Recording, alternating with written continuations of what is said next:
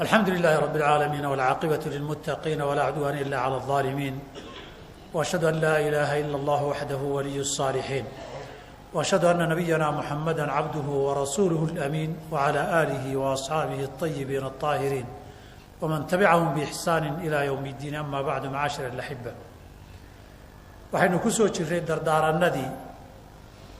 iyo axkaamtii u badnayd waxyaabaha laynaga reebay ee rabbi aayaadka suuratul ancaam qaybaheeda u dambeeya ku jira uu ku sheegay waxaanu soo sheegnay 10 weeye midka shanaad baynu soo gaarnay midka afraadi si guud ba waxaa laynooga reebay dambiyada waaweyn ee foosha xun kuwa muuqda ee ishu qabanayso dadka hortiisana lagu samaynayo iyo kuwa qarsoon ee ishu aanay qabanayn ama qofka sameynaya uu qarsanaya la dhuumanayaba ilaahay subxaanahu wa tacaala kamana qarsoona ilaahayna kama gadman karto sida uu yidhi yastakhfuuna min annaasi walaa yastakhfuuna min allahi wahuwa macahum id yubayituuna maa laa yardaa min alqowl inaan iska ilaalinaa si guulla inoo faray markii sidaa guulla inooga reebay dembiyada waaweyn ee foosha xun oo dhan in muuqatiyo in qarsoonba in la muujistiyo in la qarsado baan dhaho yaa si gaara qaar loo sii magacaabay ka mida waxa sababta loo magacaabay laba arrimood weeye kow kuwa dembigoodu aadka u waaweyn yahay ee ugu dardaran bay ka mid yihiin dhinaca labaadina kuwa soo noqnoqdee aada u dhaca bay ka mid yihiin aad bay u dhacaan mar walba markay ka dambaysana way soo bataan gaar ahaan midka soo horeeya shanaad ee aayaddu ay sheegayso ka shanaad baa saa darteed oo ka afraad soo gelayay baa si gaara muhiimaduu leeyahay innagana aan u malaynayo in muhiimadda uu leeyahay khatartiisa ayna taabatay yaa la yidhi walaa taqtulu nafsa alatii xarama allahu ilaa bilxaq naf ilaahay xaaraantinimeeyey yaan xaq darre lagu dirin naf ilaahay amray in la badbaadiyo naf ilaahay xaaraantinimeeyey in la dilo yaan xaq darre lagu dirin naftaasi muslimna waa noqon kartaa gaalna waa noqon kartaa naf la dilay oo ilaahay xaaraantinimeeyeyna dembiyada waaweyn kuwooda muuqdana way noqon kartaa in qofkii laba qarsade dilkiisa oo meel cidlaa lagu ciijiyana way noqon kartaa maa dahara minha wamaa batan labadaba way geli kartaa in si la arka loo dilo iyo si qarsoon in loo dilo intaba waa noqon kartaa naftii didisteeda ama ha muuqata ama ha qarsoonaatee naf ilaahay xaaraantinimeeyey in la dilaayey ama waa naf iimaan iyo islaamnimo ku badbaaday ama waa naf iyadoo gaalihii ammaan guudna ku badbaaday ama si gaara sharcigu u sheegay intaba in la taabtaaye lama ogola inay dariiq sharci oo xaqa ay ku timaado dariiqii sharciga ee xaq ahaana ay marta maahane nafta mu'minkiiha ee la xaaraantinimeeyey haddii nahyigaa sharciga la tallaabsado oo naftii la fududaysto dembi weyn bay leedahay nusuusta sharciga ee kitaabka iyo sunnada ee ka hadashayna khudbe iyo fadhi laguma koobi karo munaasabaad badanna waa laga hadlay jumcadii hadda tagtay tii ka horrayseen dadkii waxyeeloobay ururinaynayna khayr allah siiye shaacari baa aada uga hadlay oo nusuus badan sheegay min baab xasuusin hal aayad iyo hal xadiid baan sheegaynaa aayaddu waa aayaddii suuratu nise 5 ciqaabood u sheegtay dembiga la gala ee nafta muslimka ee xaqdarrada lagu dilay rag iyo dumarkay dooni ha ahaato yar yar iyo waayeelkay dooni ha ahaato mar hadday xukunkeedu xukmulmu'min tahay ama iyadu mu'mino tahay fa jazaauhu jahannam baa lihi kas haddii loo dilo oo ulakac loo dilo loogu talagalo jahannamo weeye waxa la qofka lagu abaalmarinayo jahannamadana waa ku waarayaayoo waqti dheer buu ku jirayaa lacnad ilaahayna waa ku dhacaysaa uu naxariistiisa ka fogeynayo caro ilaahayna wuu kasbanayaayo waa ku dhacaysaa cadaab weynna ilaahay waa u diyaariyey cadaabkiisu cadaabka fudfudud ma aha jahannamada yar ma aha cadaabka sahlan ee dadka ugu fudfudud ma aha cadaaban cadiiman cadaab weyn baa loo diyaariyey intaa wuxuu ku mutay hal naf oo isku xadgudbuu ku mutay hadduu 10 iyo 100 gaarsiiye ka waran nabigan wuxuu inoo sheegay nin 99 intuu dilay wadaadu wax weydiiyana 100 kaga dhigay oo laga yaabaa munaasabadahaas inay ku soo marto 13 baan Itoobiya tagay magaalada dir dhawaan masaajid ka jeedinayo dhiigga muslimka kamid ah waxaan ka hadlay warbixinna waan haystay oo dad waxaa jira markay nin dilaanba wax weyn qaba markay ama 10 meelaha dilaanba calaamad baasuunka loo yeelaa inta uu dilay marka la arka lagu garto ninbaa intuu istaagu wuxuu yiri 20 baan dilay reer hebela ninku aad bay u gubtay nusuustii sharciga ahayd iyo cadaabkii aan ka sheekeeyay aayadihii axaadiistu sheegeen baad u gubay ninkii oo karkaraya baa intuu istaagu yiri 20 cafaraan dilay maxaan sameeyaa sidii waxaan soo xasuustay ninkii 99 ka dilay ee wadaadka wax weydiiyey waxaa ridadna kanay abu 20 kaaga dhiga waxaan ku yiri waa mas'alo weyne meesha aad deganahay ugu imo waa isla fiirfiirinaynaa marka qofkaasi bulshada dhexdeeda meelaha qaarkood waa ku faanaya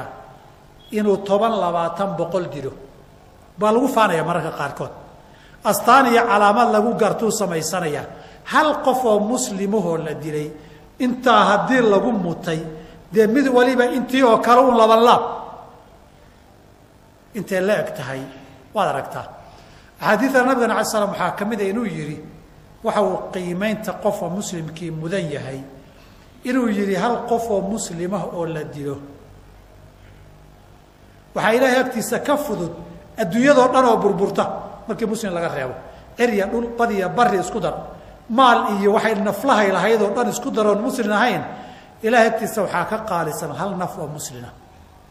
sidaasayna mudan tahay inay nafta muslimkii qaali inoogu noqoto oo qiimaha yeelato laakiin hadda maxaa ugu raqiisan shaaha suuqa laga gata nafta muslimiinta ka raqiisan waxa ugu badan ee nafta muslimka dilaya maantana waa muslim waxa ugu badan muslimiin laynaya waa muslim inaga dad Soomaali baana 20 sano iyo 25 sano inta naga dhimatay wadanka lagu dilay boqolkiiba intee buu gaal dilay boqolkiiba 5 ma dhanta kama badna haday dhagaadan uu yaraan boqolkiiba 95 waxa dilay waa inuu muslim sheeganayso halka waxaad ka garan waxa ka lumay qiimihii ay ahayd qofka muslimka inuu yeesho iyo qiimihii ilaahay agtiisa uu ku lahaa baa lumay nin baa la iga sheegayay markaan dadka sida loo dulminayo arkay baan fahmay ilaahay wuxuu aakhira cadaabka u samaystay maxaa yeelay qofkii waxaan geystay ee dadka laayay ee dadka qaxiyay ee dulmiga muddada waday haddii hal mar uu intii la dilo naftu ka baxda cadaab badan ma arag xanuun badan ma arag cadaab Allah yamuutu fiha wala yahya in la geeyo oo ninkii uu ku waaro oo meeshii ku basbeelo oo ay ku dheeraato ilaahay xikmadda ka dambaysa marka arkay dadka dulmiga sameynaya ee haddana muddada dheer wadaya markaasaan gartay buu yiri xikmadda weyn ee ilaahay ku jirta cadaabkan joogtada waxaan dhihi jiray buu yiri qofka dusaa sameeyay isna qalaf inta laga siiyay inta uu baa lagu daayo ninkan 50 sano 30 sano 40 sano uu soo waday waxan inay daqiiqad kaga dhamaato ama 3 daqiiqo kaga dhamaato baan gartay buu yiri in cadaalad ahayn wixii uu mutay waqtiga dheer soo waday isna waqtigu ku daba jiitamo ku dheeraado waliba dadku isagu wax yeelay ee dhibka inta uu ku waday waxba ma geysanine isagu inta dhibka uu la kaska xadgudubka uu dheeraa inuu waligiiba loo daba jiido markaas aan gartay buu xikmadda dadku waxay sameeyaan marka arkay taasi waa tii muslimka ahayd nafta aan muslimka ahayn amaan la siiyay ahlu dhimmadda la yiraahdo muslimka la dhagan baa jira dadkaasi waa dad ama wadanka u dhashay ama wadanka deganaansho qaatay ahlu dhimmiye ay galaan xukunkiisu dadna waa dad ahlul amaan la yiraahdo intii la siiyay fiisa iyo wax la mida booqasho rasmi ah ku yimid way ama dawlad ha siiso waa ka timaad xag dawladeed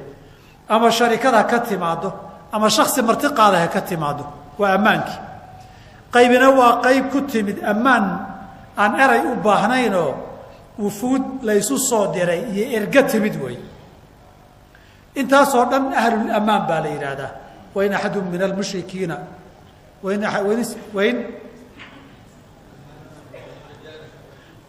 wain axadu min almushrikiina istajaaraka faajirhu nabadgeli xataa yasmaca kalaam allah dadka ahlulcadiga ila aladiina caahadtumna waxaa soo geli kara dad aad meelo kala degan tihiin laakiin nabada idinka dhexayso ood nabad ku heshiisa inaad isnabadgelisaan dadka ahlul-ammaan baa la yidhahdayo cahdigii iyo dimadii iyo ammaankii baa soo gelaya hawaaniya caruurna inkas loo laayo gaalaba ha noqdaana waa la diiday waxay nusuusta ku soo aroortay ganacsato in la laayo xadiidii jaabir duruqdiisu xasanka yahay in ganacsa tujaari lmushrikiina buu reebay axaadiid culimmadu isku hayaan baa waayeelka iyo kuwa baadariyaasha kaniisadaha u go-ay iyagana ku soo arooray iyo beeralayda aan dagaalba ku jirin intii ay asaxdo o dhan aayadday soo gelayaan walaa taqtuluu nafsa alatii xarama allahu ila bilxaq yaa ammaan bixin kara qof kastooo muslimaa bixin kara marba haddii uu qaangaar yahay caqdigiisu uu asaxayo ammaan cidduu gaalku rabuu ammaan siin karaa haddii khatar loo arka inta la jebiye gaarka waa la masaafurin karaa laakiin lama gacan dhaafi karo haddii la gacan dhaafo qofkaa ammaanka lahaa laba arrimoodba cuquubaba way ka dhalanayaan qofkan lagu xadgudbay nabigeena waxaa ka sugan fii xadiidi abi bakr radi allahu canhu ardaah inuu yihi man qatala mucaahidan fii gayri kunihi xarama allahu calayh aljanna qofkaa sidaa ammaankaa ku joogay qofkii dilacnaa janno waa ka xaaraan haddii gaal ammaan dartii u badbaadi lagu yihi janno lagaaga xaaraantinimeey muslimkii tawxiidsanayee tukanayee qur-aanka akhriyaya xaggee joogaa mar kale xadiidkii cabdillahi bni camr alcaas nabigu wuxuu yihi qofkii dila mucaahid lam yurix raa'ixata aljanna jannada carafteeda ma helayo jannada carafteedana 40 sano meel loo socdaa laga helaa 40 sano meel loo socday ku jirtaa janno gelitaankeed halka riwaayada abu hurayra iyo rajul min as-saxaaba ay yiraahdeen 70 sano caaman 70 sano meel 70 sano loo socdaa janno u jirtaa halkaasay carafteedu gaadhaa inta dhinac walba kaga xeeran dhinac walba 70 sano dhinacii aad kaga soo aadi lahaydba 70 sano ay ku jirtaa fogaanshaha marka xarama allahu calayhi aljanna way intaa keliya ma aha haddii qof muslima ammaan siiyey ammaankiisii aad jebisana fi saxiixayn min xadiidi caliyin waxaa ku qoran facalayhi lacnat اllahi wاlmalaa'ikati wاnnaasi ajmaciin lacnad ilaahay iyo mid malaa'ig iyo mid dadkoo dhanba dushaada ha fuusho haddii sidaa loo badbaadinayo gaalkii cahdiga iyo ammaanka lahaa dembigaa iyo janno la yska xaaraantinimeeyena ka dhalanayso kii iimaanka lahaa isagu hadalkiisa soo qaadba ma laha inuu ka sii mudnaado weeye aayaddan marka labadaas sinfiba waa soo qayboodba waa soo gelayaan gaal iyo muslimba culamada qaar baa aayadda cumuumkeeda ka badan intaa yiriyo naflaha oo dhan baa soo gelaya in lagu ciyaaro aan la ogolayn shimbiraha la yska dilo xoolahoo la yska diloon dan laga lahayn oo dhan bay culimmada qaar soo geeyeen nafsi ilay xaaraantinimeeye wey waayo xoolahan iyo waxaani inaad ugu intifaacaysa si sharci ah iyo inaad iska daysa ha noolaadaan wey laakiin inaad isaga ciyaarto walidaalika nabigu reebay an yutakhada aruuxu garadan hadaf in laga dhigto oo wax nafley a la yidhahdo waan ku shiish baranayaa isagoo nool la yidhahdo halkaa shimbirta igu xir halkaa dameerka igu xir halkaa igu xir waan ku toog baranayaabaa la diiday naf kasta oo macsuuma walaa taqtulu nafsa cumuum weeye naflahoo dhan baa soo gelayana culamada fuqahada iyo shuraaxda xadiidka aad ugu tegi doontaan intaa waxaan uga jeedaa dardaarankan shanaad ee rabbi subxaanahu wa tacaala nafta ilaahay xaaraantinimeeye dilkeeda iska daayaa la yidhi innagu waxaan u malaynayaa soomaali haddaan nahay hidiya dhaqan baan horta u leenahay hidiya dhaqankeennu wuxuu ahaa qabiil qabiil in la ysu laayo ree hebel ku duulo daaqsinta iyo ceelka la ysku laayo qofku qof aan waxba ka gelin loogu aargudo nin baa 2 beri ka hor igu lahaa deegaanka iyagu waxaan uga soo cararay 50 sano ka hor